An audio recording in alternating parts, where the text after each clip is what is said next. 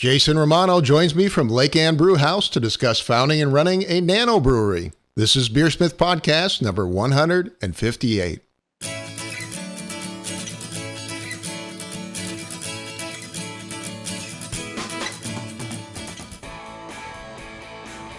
This is BeerSmith Podcast number 158, and it's late October 2017. This week, Jason Romano joins me from Lake Anne Brew House to discuss planning and operating a nano-brewery. Thank you to this week's sponsors, Craft Beer and Brewing Magazine. They're running an amazing deal right now. Get 20% off your subscription when you use the offer code BeerSmith2017 with your order. Every issue of Craft Beer and Brewing Magazine is packed with articles for home brewers and beer lovers. And you can read my new column called Ask the Experts there. Take advantage of their special deal when you use the offer code BeerSmith2017 at beerandbrewing.com. Again, that's beerandbrewing.com. And also the new BrewVision thermometer from Blickman Engineering. This interactive wireless digital thermometer connects right to your iPhone or iPad and lets you remotely monitor and record temperatures. You can download your recipes right from the BeerSmith cloud and set updates and alerts as you brew. Get the BrewVision Bluetooth thermometer today. Another great innovation from BlickmanEngineering.com. Again, that's BlickmanEngineering.com. And finally, BeerSmith Software, the industry standard for home and professional brewers, lets you design great beer recipes and brew with confidence. Download your free 21-day trial today from BeerSmith.com. And now let's jump into this week's episode. Today on the show, I welcome Jason Romano. Jason and his wife, Melissa, founded Lake Anne Brew House in Reston, Virginia. Jason is an award-winning brewer, including 2016 and 2017 Virginia Brewers Guild Cup Awards. He joins us to discuss founding and operating a nano-brewery. Jason, it's great to have you on the show. Hey, thanks so much, Brad. This is a wonderful opportunity. I've been a fan of yours for a long time. I see the fermenters in the back there. Hopefully you got some good beer going on. Yeah, we try to keep them full. Running a nano brewery, we're constantly turning beers over a lot. So we do have a few good ones in the back there working away. Awesome. Well, let's start at the beginning. How did you and your wife finally decide that owning a small brewery was right for you? Well, honestly, I never thought I would go pro, but the opportunity just kind of presented itself to us. We live in this great neighborhood in a historic district of Reston, Virginia, and we've lived here for over 10 years, and it's around a lake, and the lake has this village center where there's restaurants and shops and merchants, and also a lot of people living right around here. And for the longest time, we just felt like this place needed a like an English pub kind of place where you could just come in, meet with your neighbors and friends and have a beer. But over the years, no one else thought that was an idea and wanted to do it. So we just decided to give it a try ourselves. And that area is kind of exploding now, isn't it? Because they extended the DC Metro, the Washington DC Metro out there, right? Yeah, that's right. We're just a mile away from the Metro, and also another mile away from another big town center. We're kind of tucked in this little nook right around this lake, but it was the original part of Reston that was founded over 50 years ago. Back when nobody considered commuting into DC. We're about 20 minutes away from DC without traffic. But now there's, of course, everyone commutes into DC or downtown to get to work. But this is a bit of an oasis, we feel. So you said you never intended to go pro. Were you a home brewer for a while? Yeah, I've been home brewing ever since college. That's been over 20 years. Just started off in my fraternity house and kind of just been doing that ever since.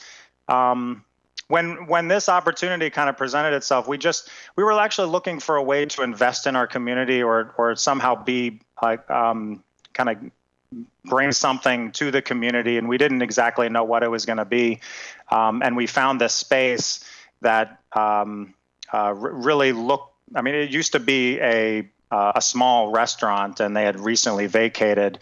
So we started thinking, would this space actually work to be a nano-brewery, small-scale brewery with a tap room? And as we just were exploring it, we were getting deeper and deeper. And the next thing I know, we had the keys to the place, and I ordered equipment, and we kind of realized that we were actually doing it. So you just woke up one morning, you owned a brewery, huh? Yeah, there was a moment of panic there, I think. Like, what are we actually doing? But it's definitely been a fun road. And I think you told me you got roughly a 2-barrel brewery. Is that right? Yeah, we have a 2-barrel brew house, and it's the perfect size for our community right here. We're definitely profitable at that size, serving just out of our tap room. There's no way we could make any money if we were to actually try to distribute, like make bottles or cans or try to sell kegs to restaurants or things. But for a nano brewery this size, taproom only sales, it works out really well. Well, let's go back to the beginning. What were some of the challenges you ran into trying to plan out the brewery? I assume you had to put some planning into it before you actually took the keys, right? Yeah, absolutely. Some of the planning was kind of in flight. We were working through all the permitting processes and licensing and things like that. Planning in the biggest part about planning for this was space considerations, because we are in this mixed use residential area. We're actually inside a condo where the ground floor is for like merchants and commercial, and then the 2 floors above us are residents. So we actually have people living above us. And we're in this like tight little space. So trying to fit in all the equipment was our first challenge. I was always wondering if it was going to be kind of challenging being so close to residents, but they have actually been like our biggest supporters and just really excited when we were moving in. In fact, a guy right above us wanted me to try to install a tap line directly through the ceiling into his place. He wanted a line there. Who wouldn't want that, right? I know. The alcohol board would probably frown upon that, but yeah. Did you have Did you run into challenges with permitting and all that? I know a lot of friends of mine started businesses had I think aren't you in Fairfax County? I'm trying to remember. Yeah, we're in Fairfax County. We have, of course, there's the licensing. You need a TTB license from the federal government, and also we're in Virginia, so we have the Virginia Alcohol Board, the ABC here. We need the license from, but there was also the county permitting. We're small enough where the Virginia Department of Agriculture, which typically certifies breweries, they kind of deferred us to our local health department. So we had Fairfax County Health to go through, as well as Reston, the town that we're living in, is a planned community, and it has other regulations and guidelines to go through. And then I also mentioned we're actually inside a condo association, so we had lots of levels of bureaucracy to work through. And how long did it take to go through all that process? Because I know some people have said it can take many, many months to get all that done, right? It did. It was about maybe about 6 months, basically worth of time going through all of that. There was we had a delay opening up though, because as I mentioned, this handoff between the the Virginia Department of Agriculture and our county health department. That wasn't actually a law yet or in the regulations, so they were kind of making this up as they went along. And we were helping them. We had to help them in that process as well. So kind of going through those processes where the health department was used to certifying restaurants, and we're not exactly a restaurant. We were a brewery with a tap room. We don't make our own food. We don't have a restaurant component to this. We're lucky enough to be in a town center here, though, that has other restaurants in this area. So they actually provide carryout for our customers, and we even have arrangements with some of them where our customers can call in an order. They can get pizza or wings or salad or anything they want, and these restaurants will deliver over just across the center here to us. So it's kind of a unique relationship we have there with the other restaurants. Nice. Yeah. Well, I understand your wife's an architect, and she helped design the tap room. You want to talk a little bit about how that went? Yeah, this has been such a great partnership. I mean, we're life partners, but now business partners. This project really lended itself to actually, we kind of look at it like we're two part-time businesses. We have the brewery on one side, which I'm the brewmaster, and I brew all the beers and run that. And then my wife runs the tap room, and she designed a fantastic space. This community is over 50 years old and has a very distinctive architectural style, and it's actually an area where architects actually study this community because it has historical significance. So my wife really designed the interior to kind of reflect that, as well as providing a modern spin to it. So we, there's a lot of concrete also in this neighborhood. There's we have fountains and playgrounds that are all built out of concrete and kind of really built into the community here. And so we went down to the concrete floor and polished it up. And there's a great picture of I was trying to get the outside here with the lake. The deck outside, yeah. I'm actually looking right out that window right now. That's my view. Nice. Yeah. I was just flipping through your webpage here, but yeah. No, go on. Great, I'm sorry, I didn't interrupt. No, not at all. So yeah, the way we kind of structured this was as two part-time businesses. We're open Thursday through Sunday. Our tap room is open. And then Monday, Tuesday, Wednesday, I'm usually here brewing or getting the beers ready. So we kind of tag team our business and our family. We have 3 boys at home, so we're kind of juggling everything right now, but it works out really well. Nice. Did you bring in outside investors? Did you have to do a business plan, go to the bank? How did you do all this? Yeah, we did not bring in other investors to this. That's one thing with the size of our brewery, and the more investors you bring in, the more you're paying them back. Certainly less control, yeah. Less control, and you have to distribute the profits all around.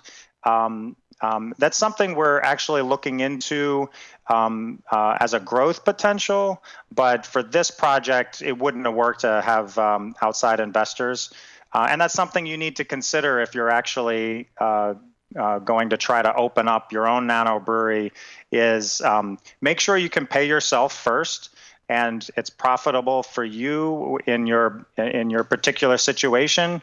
A lot of businesses, a lot of nano breweries that I see, they're once you bring in investors, now you have to have a much bigger goal in mind. It may not be a viable business until you grow to, 15, 20, 30 barrels. And so that's a much bigger project than what we had in mind. We like the small, community-focused, very local tap room and brewery here. Nice. Yeah. You mentioned you have a 2-barrel brewery. What kind of brewing equipment did you settle on for your nano-brewery? We went with stout tanks. We bought new tanks. The prices were very reasonable. It's a 3-barrel or a 3-kettle system, 2-barrel capacity, and that works out very well. I ended up building my own control panel for it. My background is electrical engineering. Me too. And I've been one of these commuters, contracting with the government down in DC for years. And this is like the first time I actually get to use some of my engineering background, bringing out chemistry and thermodynamics and processes and all the electronics and that fun stuff. Nice. How often do you brew to keep stocked? We do an average of 2 beers a week. Mm-hmm. And sometimes in the summer we surge to 3. And I should mention over my shoulder there. Those are the fermenters. They're each 2-barrel fermenters and glycol cooled, but I have 6 of them back there. So it's kind of a cramped space, but what that allows me to do is I can brew enough capacity in there, and then we transfer directly into 2-barrel bright tanks that are stored in a walk-in that's behind our bar. And so we'll condition the beers there and then serve directly from them. So we kind of avoid as much as possible kegging the beers. It saves time. I assume you pressurize them right in the bright tank, or? Yeah, we do. We'll carbonate them in the bright tank, and then we'll serve right from them. And so that allows us to, if I'm brewing 2 beers this week, I'll have another 2 ready to transfer into bright tanks and condition them up and get them ready to sell for that weekend. And so we're rotating stock like that a lot, and it works out. We kind of have a rhythm, and it works out really well like that. Nice. And how many bright tanks do you have how many beers can you put on tap that way? Yeah, so I have a matching set. I have 6 brights in the walk-in, and so they're always full of something, and we will keg off some of the beer usually when we're getting low, so we can open up one of the brights. Mm-hmm. And so our taps, we have room for about 8 to 9 beers depending on what else we're serving, and you usually try to put something on nitro. We also have a nitro coffee line. Oh, nice. Yeah, it's fun. We partnered up with a local coffee roaster, and they provide us kegs of coffee. So we just put their coffee on and throw it on the nitro. What are some of the first offerings you ended up putting on tap when you started? You said you started about 1.5 years ago, I think. Yeah, we started April of last year. I actually had 6 beers. So we filled each of the bright tanks with a different beer. Everything from your IPA to we had a Kolsch, a brown ale, and a stout, and a pale ale, and then one of my favorites is we call it the Reston Red. It's kind of like a cross between an Irish Red and an American Pale Ale. I dry hop it with Centennial and really kind of kick that up, give you a good hop flavor to it. Yeah, I've actually been playing with Centennial myself a lot lately. It's becoming a very nice hop, actually, one that I enjoy. Yeah. It's one of my favorites from a long time ago, and and this recipe has been one of my personal favorites. So it was the first one I knew we were going to put on our rotating list going through.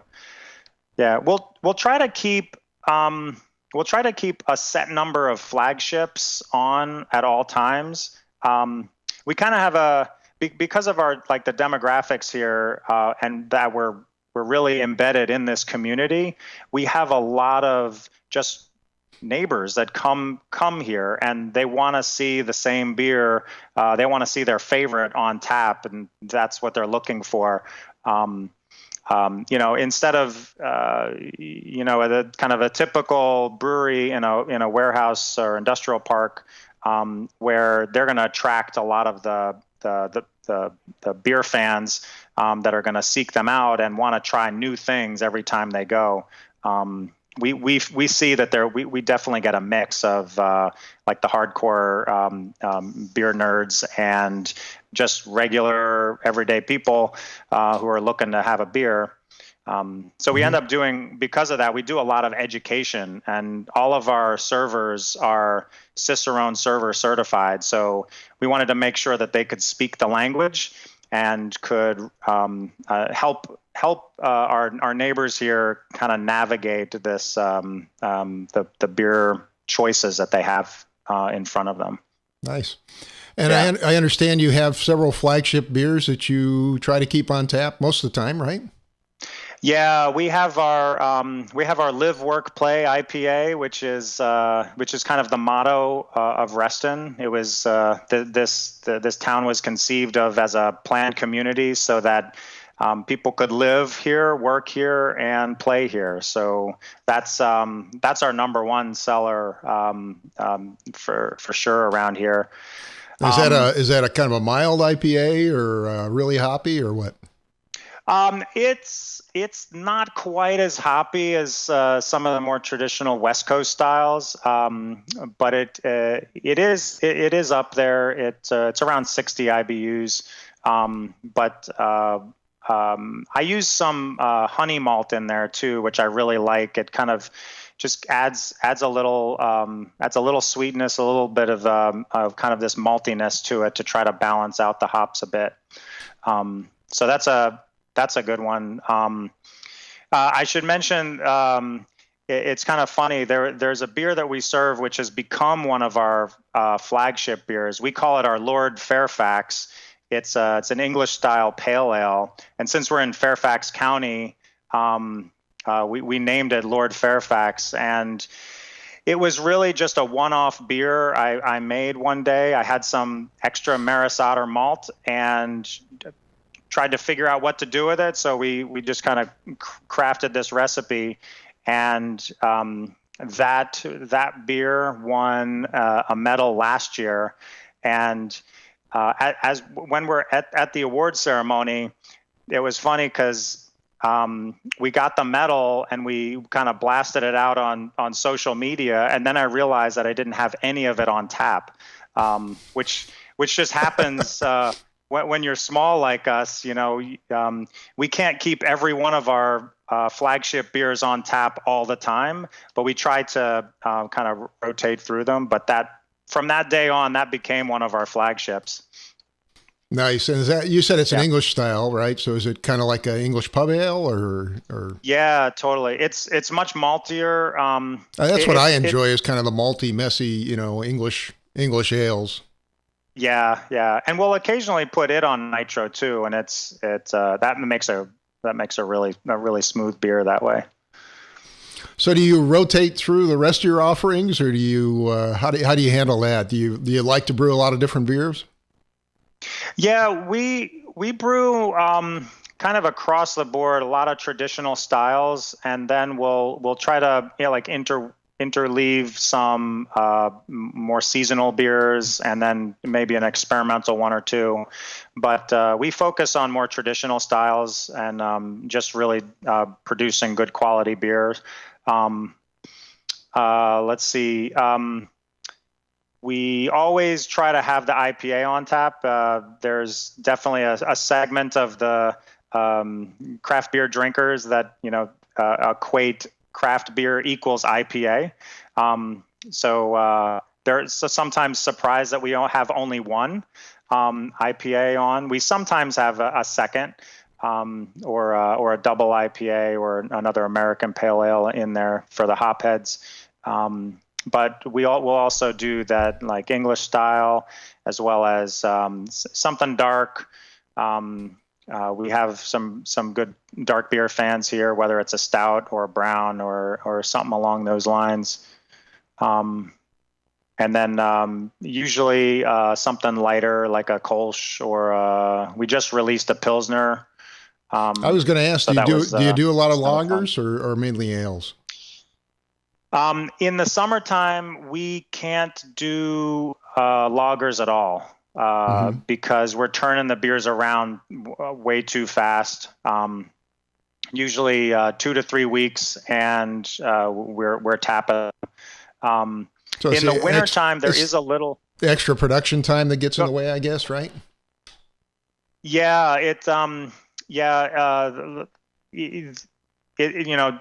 just double the time to make a lager, and that's taken up that fermenter. So in the summertime, we need that fermenter space to brew the next batch and the next batch. Actually, the very first lager that we brewed, this is a great story. Sure. We met with this beer historian. The guy's name local around here is Mike Stein. He works at another brewery, but he has a passion for bringing back pre-prohibition lagers. And his side business is called Lost Lagers. And so he came up and presented this idea to us that ended up working out really well because we're smaller and we can do some experimental beers and we're not taking up like 30 barrel, 50 barrel fermenters. We can do a 2-barrel batch and give it a go. So we brewed the very first lager. It was a 100-year-old recipe. We sourced all these heirloom ingredients and period ingredients that would have been available at that time. And the thing that scared me was that it was a 40% corn lager. Oh wow! So yeah, it was. We had never brewed with actually any corn here before, but especially that much was very interesting. But that was the German ingenuity of trying to take that 6-row malt and reduce the protein in that beer. So they added the native corn that was present. So to give you an idea on the timing, that beer fermented and conditioned, and we lagered it. It took about 6 to 7 weeks. And when we tapped it, it was so popular, it was finished in 1 weekend. Wow. That's pretty good. Yeah. So, I mean, the economics of that, of making a lagers don't quite work at this scale. Yeah. But in the wintertime, we can dedicate a tank because there is a bit of a slowdown in the wintertime. We don't quite get the foot traffic that we see in the outdoors when people are just out and about. Because you're right on the lake. I would imagine a lot more people sit and have a beer right in the summer. Yeah, that's right. So how do you come up with new ideas for beers? And do you have a pilot system to do new batches, or do you just do them on the 2-barrel? Yeah, we're small enough where it doesn't make sense for us to do any pilots. Takes the same amount of time, and it's just about the same cost, really. There's not much, not much more to just to do the 60 gallons. So we'll just run new beers right on that system. we're constantly looking for new things to do. Sometimes we're looking for old things to do, like the historical loggers that we were playing around with. I was just out at GABF just a week ago, and that's going to festivals or meeting up with your other local breweries or just visiting other places. That's what I use for inspiration on new beers. See what other people are doing. And trying things out like that. So, well, another question I have for you: how much of running a small brewery is about the beer versus the business? I know a lot of my friends have told me that it can quickly become all business. Yeah, no, it's still. I would say it's still a lot. It's still mostly the beer. It's all about the beer, but you do spend a lot of time with all the other business aspects. Now, with my wife and I co-owning and running this business, that works out really well because we can kind of divide the workload there. But we are very small, so we're wearing the hats of sales and marketing, taproom manager, inventory. I have to track all my inventory and all the legal paperwork that we need to do, and paying taxes and payroll and staffing, and so there's a lot of different aspects to running a business, but it is focused all around the beer. So I think running a small tap room like this, a small nano-brewery, is a great way for people to start out in this business. Definitely, though, if you're a home brewer and you enjoy just making the beer, and you don't think you would enjoy having to maybe it's the accounting, or maybe it's writing an employee manual, or all of these other things. If you can't fathom doing that, then it's probably not right for you. But I kind of feel that like home brewers are problem solvers, and no matter what the domain happens to be, if a problem is presented with you learn about it and you figure out how you can solve that problem. And so I kind of tackle most parts of the business kind of like that. I've had to learn a lot about all the other all the other domains, all the other aspects of running a business, and what does it mean to own an LLC, and what does it mean to, have employees, and buying insurance for workers' comp or extra liquor liability. Like, trying to just navigate through all of this stuff has been a big learning curve. But life is all about learning, and I really enjoy the challenge of it. Well, I know one challenge a lot of small breweries face is growth, and that's largely because you got a pretty good profit margin selling out of the tap room, but as you start to grow, that profit margin gets much, much smaller as you start to distribute your beer and take on outside funding and so on. Have you thought about plans for growth? Yeah, we're growth for us is never going to be trying to get bigger in terms of capacity and to distribute. I think this may be kind of unique to what we're doing here. Growth for us would be to find another community and just replicate our business in there. If we can find another local community that would support that tap room and brewery to just be opened up right there. it's a really competitive market when you start to get into distribution, and it's a completely different game. Yeah. And I've seen this from working with all the other local breweries here. It's a great industry to be in. We're all friends. But that's, once you start to try to grow and can or bottle or sell to restaurants, it's a very different game, and the margins are really, really tight. Yeah, because a lot of people don't know that. I mean, obviously, sell out of a tap room, you're getting, I don't know exactly how much you charge for a beer, but quite a few dollars per beer. Versus a can of beer sold through a distributor has got to be in the pennies or in the cents, certainly. Yeah. Right?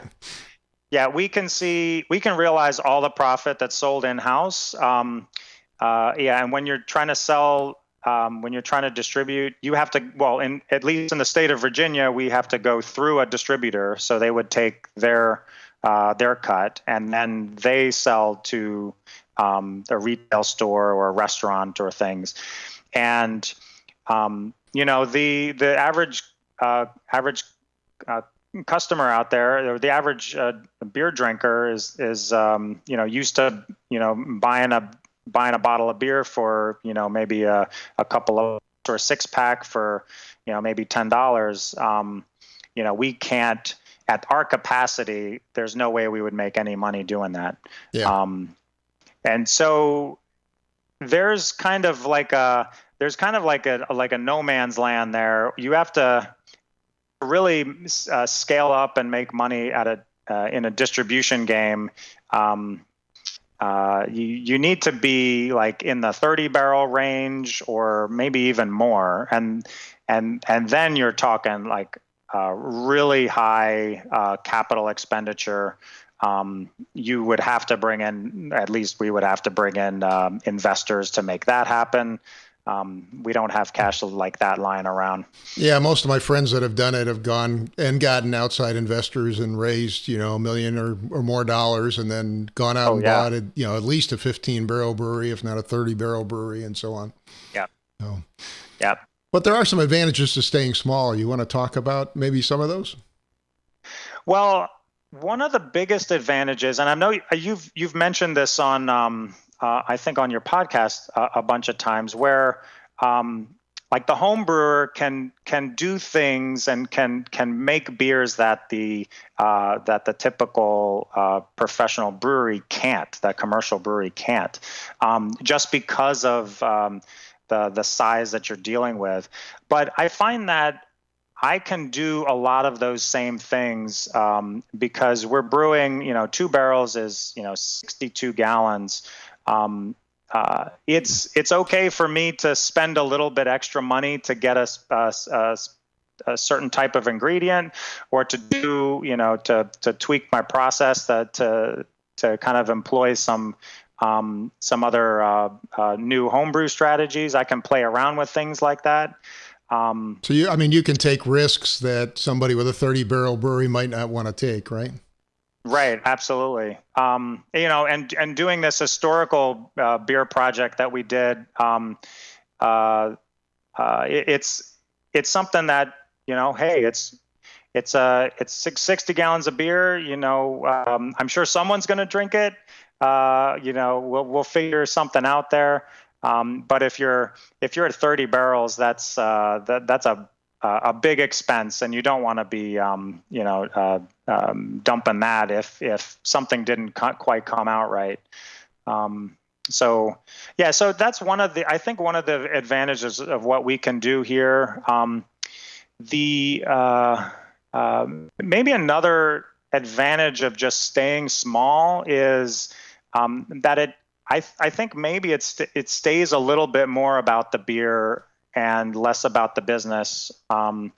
Because when you do get into that distribution game, you have to hire sales staff and marketers and have events going on all the time. And you're always taking your beer out to festivals or to restaurants for tastings and trying to sell that beer.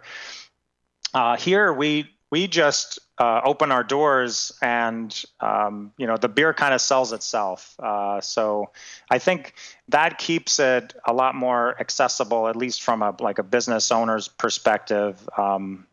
Something that we can really execute on here by staying small.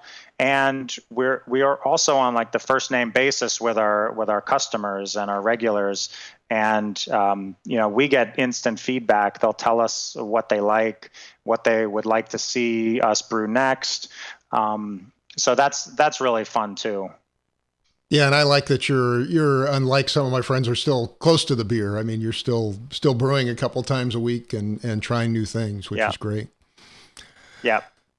I want to talk for just a minute. We mentioned, we were talking earlier about crowlers and growlers and all that other stuff. You do have some options, at least for folks that want to take some beer home with them, right?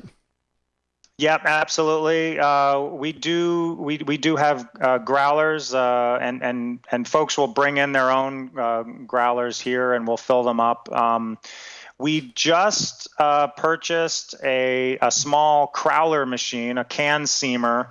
For those of you not familiar, crowler with the C is the can version of a growler, if you will, and they have they sell equipment now and cans for very efficiently, very quickly sealing small quantities of beer, kind of like you take home a crowler. You take home maybe a 32-ounce can, right?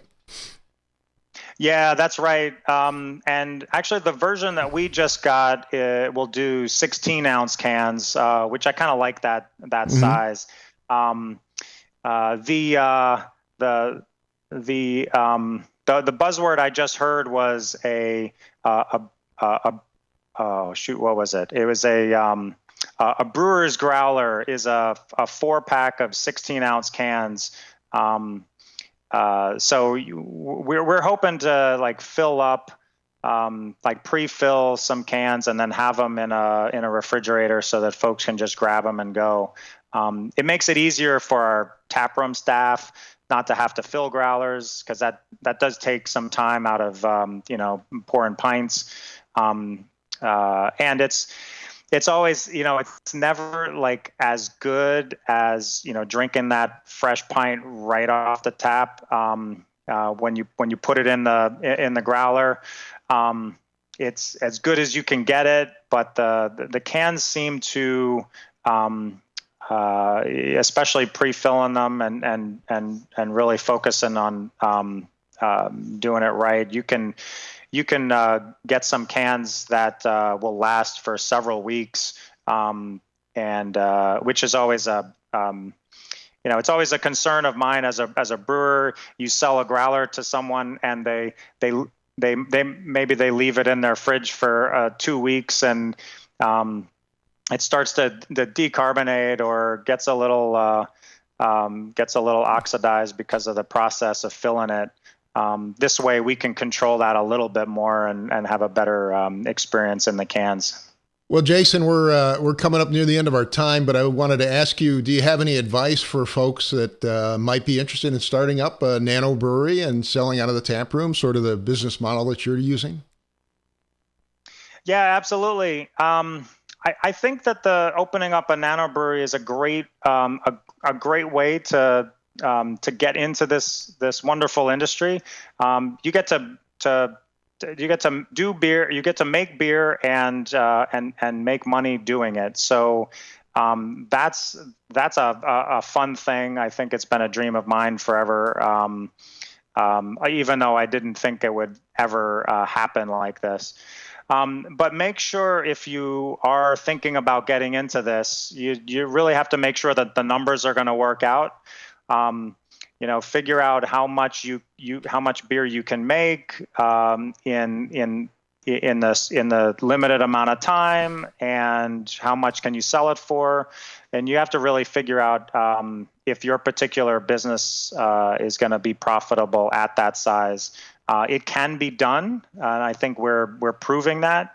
But also be leery of of growing too fast or growing into this distribution type business, because that's a whole different ballgame. And many people that get into this kind of feel that allure to get bigger as fast as you can. And I would encourage you to really think about that and think about the benefits of staying small, and just find a great community out there and serve them with great beers and a great place to have the beers. So that's what I would say. Well, Jason, I wanted to thank you for coming on the show. Really appreciate you being here and taking the time.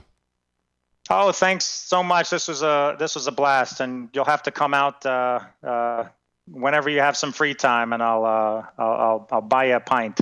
That would be awesome. I always enjoyed a free pint. So he's only a few miles from here, so I am going to try and swing by there, Jason. But again, today my guest was Jason Romano. Jason and his wife Melissa founded Lake Anne Brewery in Reston, Virginia. You can find out more about their brewery at lakeannebrewhouse.com. I think I got that right. Thank you again, Jason. You got it. Thanks so much.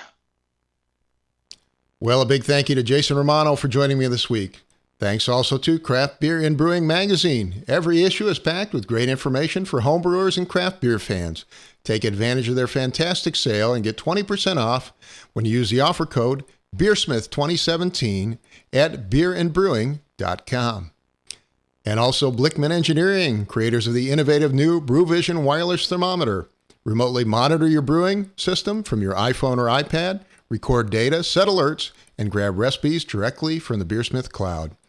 The BrewVision thermometer, another great innovation from BlickmanEngineering.com. And BeerSmith software, the industry standard for home and professional brewers. It lets you design great beer recipes and brew with confidence. Download your free 21-day trial from BeerSmith.com today. Thank you for listening. I hope you have a great brewing week.